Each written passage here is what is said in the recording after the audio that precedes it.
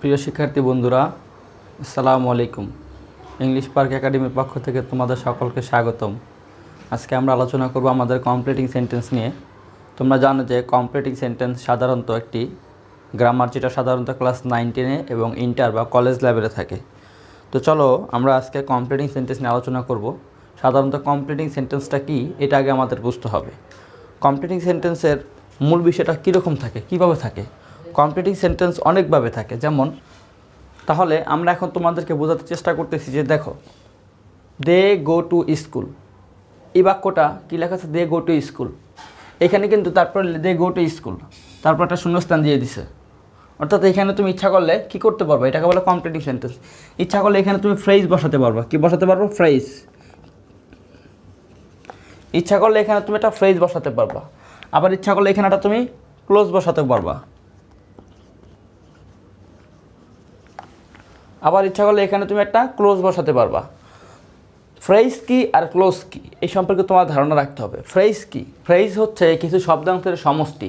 কিন্তু শব্দাংশ মানে কয়েকটা, 2, 3, 4, 5টা শব্দাংশ মিলে একটি ফ্রেজ হয়। মনে রাখবা, ফ্রেজ এবং ক্লোজ কখনো এক না। ক্লোজের সাথে সেন্টেন্সের সম্পর্ক, কিন্তু ফ্রেজের সাথে কোনো সেন্টেন্সের সম্পর্ক না। অর্থাৎ ফ্রেজ কখনো সেন্টেন্স না।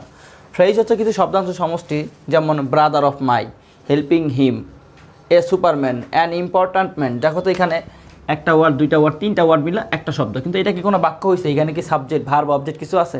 দেখো এখানে সাবজেক্ট নেই, ভার্ব নয়, অবজেক্ট, মানে একত্রে নাই। একটা সেন্টেন্স হচ্ছে যেখানে সাবজেক্ট, ভার্ব, অবজেক্ট থাকে। যেমন I go to school, I subject, go verb, to school something extra, অন্য কিছু। He helps me, he subject, help verb, আর মি অবজেক্ট। অর্থাৎ সাবজেক্ট, ভার্ব, অবজেক্ট, এটাকে বলে সাধারণত ক্লোজ। তো এইখানে কিন্তু এরকম নাই। অর্থাৎ তাহলে ব্রাদার অফ মাই, এটা হচ্ছে একটা ক্লোজ, কারণ এখানে সাবজেক্ট, ভার্ব, অবজেক্ট নাই। সাধারণত কোনো শব্দের সমষ্টি, কিছু কয়েকটি শব্দের সমষ্টি। যেমন হেল্পিং হিম, এ সুপারম্যান, সুপারম্যান একটা নাউন, এ একটা আর্টিকেল, দুইটা মিলে একটা ফ্রেজ হয়েছে। An article, important adjective, man noun. তাহলে অ্যান ইম্পর্ট্যান্ট ম্যান, এখানে কি একটা ওয়ার্ড না, এখানে কয়েকটা ওয়ার্ডের সমষ্টি হয়েছে। অর্থাৎ কয়েকটি ওয়ার্ডের সমষ্টিকে ফ্রেজ বলে। ক্লোজ কাকে বলে? ফ্রেজ তো আমরা জানলাম। ক্লোজ কি? ক্লোজ হচ্ছে পূর্ণাঙ্গ বাক্য বা সেন্টেন্স। বাক্যের অপরূপ ইংলিশে বলে সেন্টেন্স। পূর্ণাঙ্গ সেন্টেন্স বা পূর্ণাঙ্গ একটা বাক্য, যেখানে কি থাকে, সাবজেক্ট থাকে, ভার্ব থাকে এবং অবজেক্ট থাকে। যেমন উই স এ বয়, দেখো এখানে উই একটা সাবজেক্ট, স ভার্ব, আর এ বয় হচ্ছে অবজেক্ট। তারপরে বাক্যটা খেয়াল করো, Ratul is making a kite. তাহলে Ratul subject, is verb, auxiliary verb, making মূল ভার্ব, আর কাইট হচ্ছে কি অবজেক্ট। অর্থাৎ তাহলে আমরা এখান থেকে সুন্দরভাবে বুঝতে পারলাম ফ্রেজ কি আর ক্লোজ কি।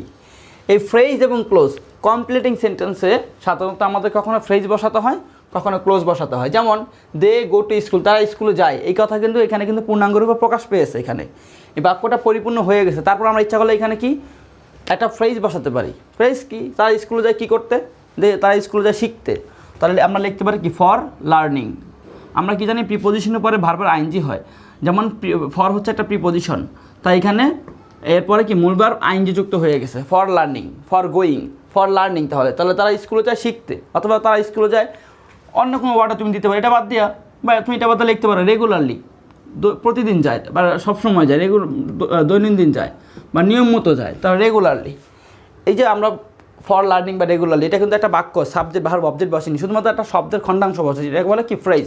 অর্থাৎ তুমি কমপ্লিটিং সেন্টেন্স পূরণ করতে পারো ফ্রেজ বসিয়ে, আবার ক্লোজ বসিয়ে তুমি পূরণ করতে পারো। কিন্তু মনে রাখতে হবে, যখন ক্লোজ বসাবা, ক্লোজ বসানোর আগে একটা ইয়ে লাগবে, সাধারণত একটা কনজাংশন লাগবে।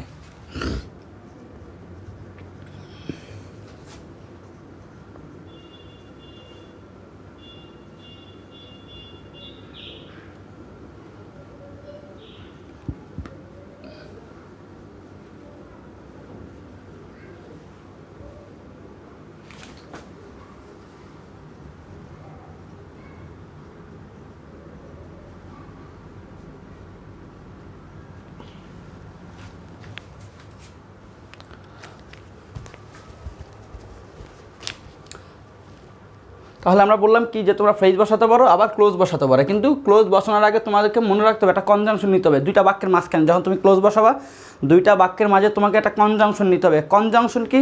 কনজাংশন হচ্ছে কি, যে ওয়ার্ডগুলো কি সাধারণত দুইটি ওয়ার্ডের মাঝে বা দুইটি সেন্টেন্সের মাঝে বসে কি দুইটাকে যুক্ত করে, যেমন রহিম অ্যান্ড করিম, এখানে অ্যান্ড কিন্তু একটা conjunction. I and my brother, এখানে অ্যান্ড একটা conjunction. I go to school and I help my brother, এই যে অ্যান্ড একটা কনজাংশন, দুইটা বাক্যকে যুক্ত করছে। আই গো টু স্কুল একটা, অ্যান্ড হেল্প মাই ব্রাদার একটা, দুইটার মাঝখানে কি অ্যান্ড। তাহলে আমরা বুঝতে পারলাম অ্যান্ড অর বা এই ধরনের আর যে ওয়ার্ডগুলো আছে এগুলো সাধারণত কনজাংশন। তো চলো আমরা এখন শিখবো যে এখানে কীভাবে সাধারণত এই ধরনের বাক্যগুলো we are learning English conjunction বসিয়ে কীভাবে পূরণ করে, এটাই আমরা এখন শিখব। বন্ধুরা, আমরা মাত্র বললাম যে কনজাংশন বসাবো কিভাবে, যখন একটা বাক্য দেওয়া থাকবে, বাক্য দেওয়া থাকার পরে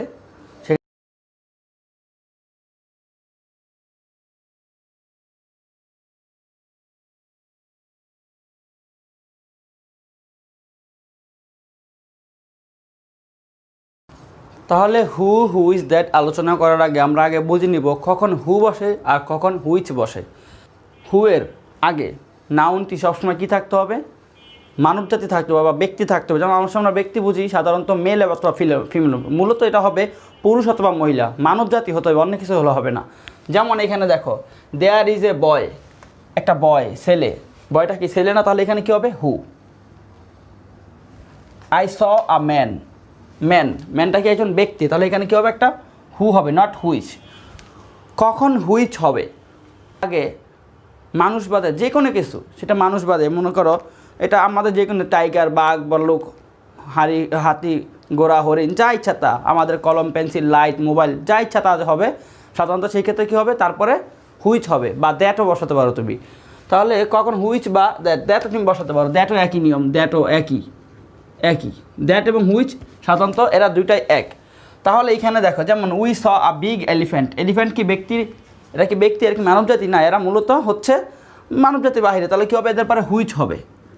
যেমন এখানে খেয়াল করো, এটা হচ্ছে কি মানবজাতি, ম্যান মানবজাতি, আর এদিকে এলিফ্যান্ট হচ্ছে বস্তু জাতীয় বা প্রাণী বা পশু প্রাণী।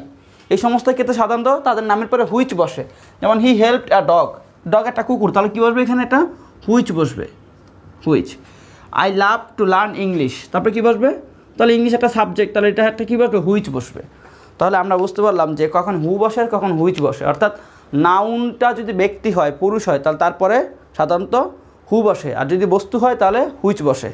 আশা করি তোমরা এটা ক্লিয়ারলিভাবে বুঝতে পেরেছো। তারপর চলো হু এর পরে ইজ হবে নাকি আর হবে সেটা আমরা জানবো এখন, কারণ অনেক সময় হু এর পরে ইজ হয়, অনেক সময় হু এর পরে আর হয়, এটা তোমাদের অনেক সমস্যা হয়ে যায় যখন পরীক্ষা খাতা তোমরা লেখো ইজ হবে নাকি আর হবে। আবার জানো এমও হয়, হু এর পরে এমও হয়, সেটাও আমি দেখাবো তোমাদেরকে। তাহলে এখন আমরা প্রথমে আলোচনা করি কখন ইজ হবে বা কখন আর হবে। আমরা তো এটা জানি যে ইজ হচ্ছে প্রেজেন্টে, এম ইজ আর হচ্ছে প্রেজেন্টে, আর ওয়াজ হচ্ছে পাস্টে। তাহলে এইখানে ইজ হবে নাকি আর হবে, ওয়াজ হবে নাকি ওয়ার হবে। যেমন এই ক্ষেত্রে দেয়ার ইজ এ বয়, এই ক্ষেত্রে তোমার এই বাক্যটার ভার্ব কোনটা, ইজটা হচ্ছে ভার্ব, এই ভার্বটার দিক তাকাও তো, এটা কি প্রেজেন্টে আছে নাকি পাস্টে আছে, সেটাকে খেয়াল করো তো, এটা অবশ্যই প্রেজেন্টে আছে। তাহলে এই বাক্যটার ভার্ব প্রেজেন্টে থাকলে, এটা যদি প্রেজেন্টে হয় তাহলে এই বাক্যের ভার্বটা কী হবে, এটাও প্রেজেন্ট হবে, অর্থাৎ এটাও কী হবে প্রেজেন্ট হবে, তাহলে প্রেজেন্ট হবে। তাহলে এখানে ভার্বটা কি প্রেজেন্ট হবে। কিন্তু এখন আমি মনে করো ইজ বা আর নিতে চাই, এই ক্ষেত্রে হওয়া অর্থে আমরা যখন পরিচয় দিই, আমরা যেই ছেলেটাকে জানি সে হলো একজন শিক্ষক, সে হলো একজন ভাই, এরকম আমরা যদি পরিচয় দিতে চাই তাহলে এখানে কী হবে, ইজ হবে নাকি আর হবে। তাহলে দেয়ার ইজ এ বয়, সেখানে একটা ছেলে আছে যে কিনা খুব ভালো, তাহলে হু আর হবে নাকি হু ইজ হবে। মনে রাখবা এইটা ইজ নাকি আর হবে, হু এর আগে যে নাউন থাকবে, নাউন, এই নাউন যদি সিঙ্গুলার হয়, কি হয় সিঙ্গুলার হলে প্রেজেন্টে ইজ হবে। অর্থাৎ হু এর আগে যে নাউনটা থাকবে, সেই নাউনটা যদি সিঙ্গুলার হয় তাহলে কী হবে ইজ হবে, প্রেজেন্টে নট পাস্টে। কী হতে হবে এটা প্রেজেন্টে, আমরা কিন্তু প্রেজেন্টে আলোচনা করতেছি। আবার হু এর আগে যদি নাউন থাকে, সেই নাউনটা যদি কী হয় প্লুরাল হয়, যদি সে কী হয় এটা হলো সিঙ্গুলার। আবার যদি কী হয় প্লুরাল হয়, প্লুরাল হলে কী হবে, প্লুরাল হলে আর হবে। আশা করি খুব ক্লিয়ার। যেমন এখানে দেখো দেয়ার ইজ এ বয়, এ বয়, কয়টা বয়, একটা বালক, তাহলে একটা বালক কী হবে এখানে, তাহলে ইজ, আমরা প্রেজেন্টে করতেছি। দেয়ার ইজ এ বয়, একটা বালক আছে হু, যে কিনা হু ইজ, কেন ইজ দিলাম, কারণ এটা কি সিঙ্গুলার আছে, এই যে সিঙ্গুলার, সিঙ্গুলার হলে কী নিব? ইজ নিব। তাহলে হু ইজ একটা ভালো কথা, যে কি নাকি হু ইজ ক্লেভার, যে খুবই চালাক, অথবা হু ইজ GENTL জেন্টল, এইভাবে করে সাধারণত তোমরা করবে। তারপরটা দেখো, দেয়ার ওয়াজ a pilot, there was a pilot, এই বাক্য দেখো তো ওয়াজ ভার্বটা কি? হুয়ের আগে যে ভার্ব, মানে এখানে যে হুয়ের আগে, হু তো এখানে থাকবে তাই না, হু আমি লিখি নাই, তাহলে হুয়ের আগে যে নাউনটা আছে বা যে বাক্যটা আছে, এই বাক্যের সাবজেক্ট ভার্ব হচ্ছে ওয়াজ। তো ওয়াজ কি প্রেজেন্টে নাকি পাস্টে? তাহলে পাস্টে, তাহলে এই বাক্যের ভার্বটা আমরা কী নিব? পাস্টে নিব, ওয়াজ অথবা ওয়ার নিব। তাহলে এখানে হুয়ের আগে যে নাউনটা আছে পাইলট, কয়টা পাইলট? এখানে একটা পাইলট, অর্থাৎ সিঙ্গুলার। তাহলে এখানে ভার্বটা কী হবে? এই যে ভার্ব কী হবে? সিঙ্গুলারই হবে। পাস্টে, পাস্টে কী হবে? পাস্টে থাকলে কী হবে জানো? ইজের জায়গায় হবে কি? ওয়াজ। আর প্লুরাল থাকলে আর জায়গায় কী হবে? ওয়ার। আশা করি তোমরা খুব সহজে এটা বুঝতে পারছো। যেমন হু কী হবে? হু ওয়াজ। তাহলে কেন? কারণ এখানে হুয়ের আগে ভার্বটা কি? সাবজেক্ট না, হুয়ের আগের নাউনটা হচ্ছে সিঙ্গুলার, হুয়ের আগের নাউনটা সিঙ্গুলার। তাহলে কী হবে? হু ওয়াজ, যে ছিল কি? Who was experienced, who was very clever. এইভাবে করে সাধারণত তোমরা বুঝতে পারবা যে হু ইজ হবে না কার হবে। এখন এটা দেখো, উই স, আমরা দেখলাম সাম বয়েজকে, কিছু বয়েজ, হু। দেখো এখানে হুয়ের আগে বয়েজটা কি সিঙ্গুলার নাকি প্লুরাল? অবশ্যই বয়েজটা কি প্লুরাল। তাহলে স এই বাক্যের কি? এই বাক্যটা, পুরো বাক্যটার মূল ভার্ব কোনটা? স। স কি পাঁচটি আছে, তাহলে এই বাক্যের ভার্ব কি পাঁচটা হবে। আমরা কিছু বালকদের দেখলাম যারা কি করতেছিল, তাহলে ওয়াজ হবে নাকি ওয়ার হবে? অবশ্যই এখানে ওয়ার হবে। তাহলে হু ওয়ার, কারণ কি ওয়ার হয়? কারণ কি হুয়ের আগে নাউনটা কি আছে? প্লুরাল আছে। তাহলে এখানে ভার্বটা কি অনুযায়ী হবে? সাধারণত হুয়ের আগে যে নাউন আছে সেই নাউন অনুযায়ী কি এখানে ভার্বটা সিঙ্গুলার বা প্লুরাল হয়ে থাকে। তাহলে হু ওয়ার, যারা কি আমরা কিছু বয়দেরকে দেখতেছিলাম যারা কী করতো, হু ওয়ার প্লেয়িং, যারা খেলতেছিল, PLAYING, হু আর প্লেয়িং। এইভাবে করে সাধারণত তোমরা করতে পারো। তারপর দেখো, আই হেল্প মাই প্যারেন্টস, আমি আমার পিতামাতাকে হেল্প করতেছিলাম, হু।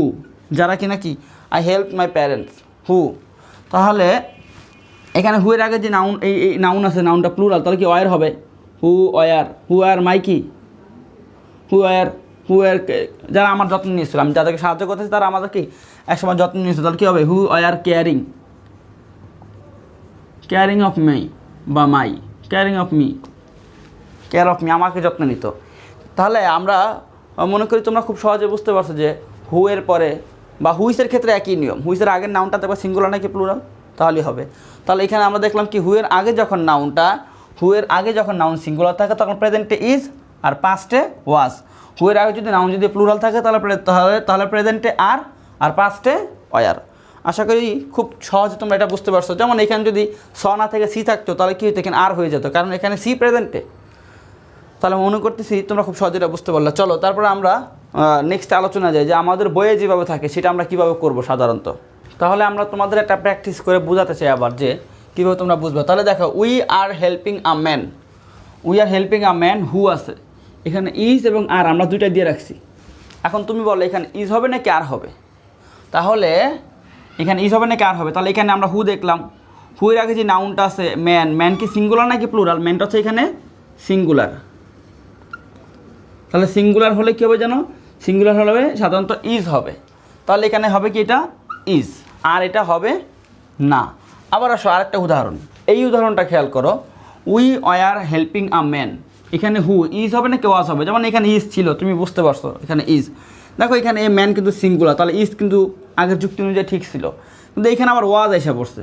ওয়াজ কি হবে? ইজ হবে নাকি ওয়াজ হবে? এখানে খেয়াল করো, আগের বাক্যটা ভার্ব ছিল কি আর, এটা ছিল কি প্রেজেন্টে, তাই এই বাক্য কি আমরা প্রেজেন্টে ইজ নিছি, আর এই বাক্যের ভার্বটা কি ওয়ার, এটা কি আছে পাস্টে। তাই এখানে আমরা কি নিব? অবশ্যই পাস্টে নিব। তাহলে ইজ নিব নাকি ওয়াজ নিব? অবশ্যই ওয়াজ নিব। আর ইজ হবে না, কারণ এখানে ভার্বটা কি পাস্টে আছে, এই যে পাস্টে থাকলে কি পাস্টই করতে হবে সাধারণত, এটা তোমার মনে রাখবে। কিন্তু এখানে তো আমরা ইচ্ছা করলে এখানে ওয়ার আছে, এখানে কেন ওয়ার নিলাম না? কারণ এখানে কি এই ম্যানটা কি সিঙ্গুলার থাকলে কি সিঙ্গুলার। তাহলে তোমাদের জন্য এখন চ্যালেঞ্জ, এই 5টা বাক্যে যেথায় ভুল আছে সেই 5টা ভুল তোমরা খুঁজে বের করবা। তার আগে আমি একটু দাগ দিয়ে রাখি, সাধারণত যে ভুলগুলো থেকে তোমরা বের করবা সেই ভুলগুলোতে দাগ দিয়ে রাখি, তাহলে তোমাদের জন্য খুব সহজ হবে যে কোনটা হবে। একটু সহজ করে দিলাম, সহজ না করে দিলে কীভাবে হয়। তারপরে চলো আমরা নেক্সট আলোচনাতে আমরা চলে যাই।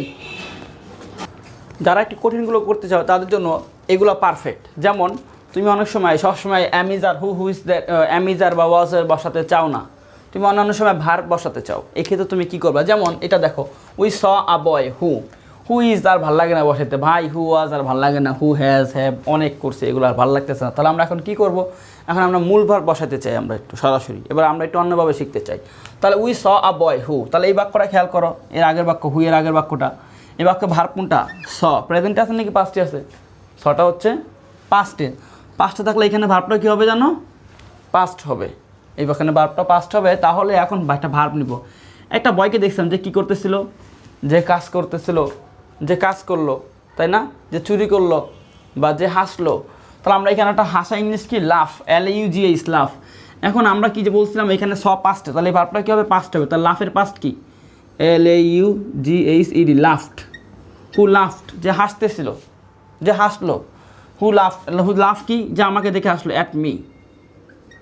তারপরটা আসো, দে স এ স্নেক, তারা একটা স্নেক দেখলো, হুইচ, যাহা কিনা, যেটা কী করতেছিল বা কিছু বা যেটা কিনা খুবই ভয়ঙ্কর এরকম। তাহলে দে স এ স্নেক, হুইচ কি? হ্যাড, যা ছিল বা ওয়াজ। কারণ এইখানে কি স কি পাস্টে আছে, আমরা জানি কি সি হচ্ছে প্রেজেন্টে, স পাস্টে। হুইচ ওয়াজ বা হুইচ হ্যাড ভ্যারি ডেঞ্জারাস। তারপর আসো, Ratul is a guard, Ratul হচ্ছে কি? একজন গার্ড। হু, যে কিনা, রাতুল কি? একজন guard. Ratul is a guard who, তাহলে এইখানে বাক্যে কিন্তু ইজ প্রেজেন্টে আছে, তাহলে এইখানে ভার্বটা কি? প্রেজেন্টে হবে এবং গার্ড কিন্তু সিঙ্গুলার। তাহলে তুমি লেখো রাতুল একজন গার্ড, যে কী করে? যে মানুষকে সেভ করে। তাহলে হু সেভ কি? ম্যান। অথবা বিল্ডিং সেভ করে, কিন্তু বিল্ডিংয়ে চুরি যেন না হয় এগুলো সে সেভ করে। তাহলে এখানে কিন্তু সেভ প্রেজেন্টে লিখছি, কিন্তু এখানে প্রেজেন্টে ভার্ব, এখানে ভার্ব প্রেজেন্টে, কিন্তু আমরা জানি কি এটা কি? থার্ড পারসন সিঙ্গুলার, তাই না? আমরা জানি কি ভার্বটা যখন প্রেজেন্টে হয় তখন থার্ড পারসন সিঙ্গুলার হলে কি হয়? ভার্বের সাথে অ্যাস বা ইয়েস যুক্ত হয়। এটার জন্য আমাদের আরও ক্লাস আছে, তোমরা পূর্বের ক্লাসগুলো দেখো, কখন অ্যাস বা ইয়েস যুক্ত হয় সেটা আমরা পার্সনে আলোচনা করছি, কখন মূল ভার্বের প্রেজেন্ট ফর্মের সাথে অ্যাস বা ইয়েস যুক্ত করা হয়। আমরা ডেসক্রিপশন বসে তোমাদের সেগুলো আমরা দিয়ে দেবো। তো Ratul is a guard who saves man, অথবা কি? Building. I need a boy who, তো আমার একটা বয় প্রয়োজন, যে কিনা কাজ করে, যে কিনা খুবই ক্লেভার। তাহলে I need a boy who work করে। তো এইখানে তো নিডেড পাস্টে, তাহলে ওয়ার্কের পাস্টকে ওয়ার্কড, তাই না? হু ওয়ার্ক টাইমলি, যে সময় মতো কাজ করে। আচ্ছা, he went to his master, সে তার মাস্টারের কাছে গেল। এখানে আমরা জানি কি? গো হচ্ছে প্রেজেন্ট, এটা পাস্ট কি? ওয়েন্ট। আর পাস্ট পার্টিসিপল কি? গন। তাহলে এইখানে পাস্ট আছে, তাহলে এখানে ভার্ব কী হবে? পাস্ট হবে, তাই না? তাহলে he went to his master, সে তার মাস্টারের কাছে গেল, যে কিনা কী করতে? যে লিখতেছিল, এরকম বলো হু। তাহলে এখানে মাস্টার সিঙ্গুলার, তাহলে আমরা একটা ভার্ব নেই, লিখতেছিল। চলমান করলে কি? ওয়াজ রাইটিং, বা বর্তমানে করলে ইজ রাইটিং, লিখতেছে। আর অতীতে তাহলে was writing, who was writing, WRITING। ইচ্ছা করলে তুমি অন্য কিছু লিখতে পারো। হু থট, যে কিনা চিন্তা, বা এটা লেখো হু থট, থিঙ্কে তো চিন্তা করো, হু থট, থিঙ্কের পাস্ট কি? Thought. Who thought about him, যে তার সম্পর্কে ভাবতেছিল। এভাবে করে তোমরা সাধারণত এগুলো করতে পারো। আশা করি তোমরা আজকে সুন্দরভাবে এটা বুঝতে পেরেছো হু হুইসের ব্যবহার।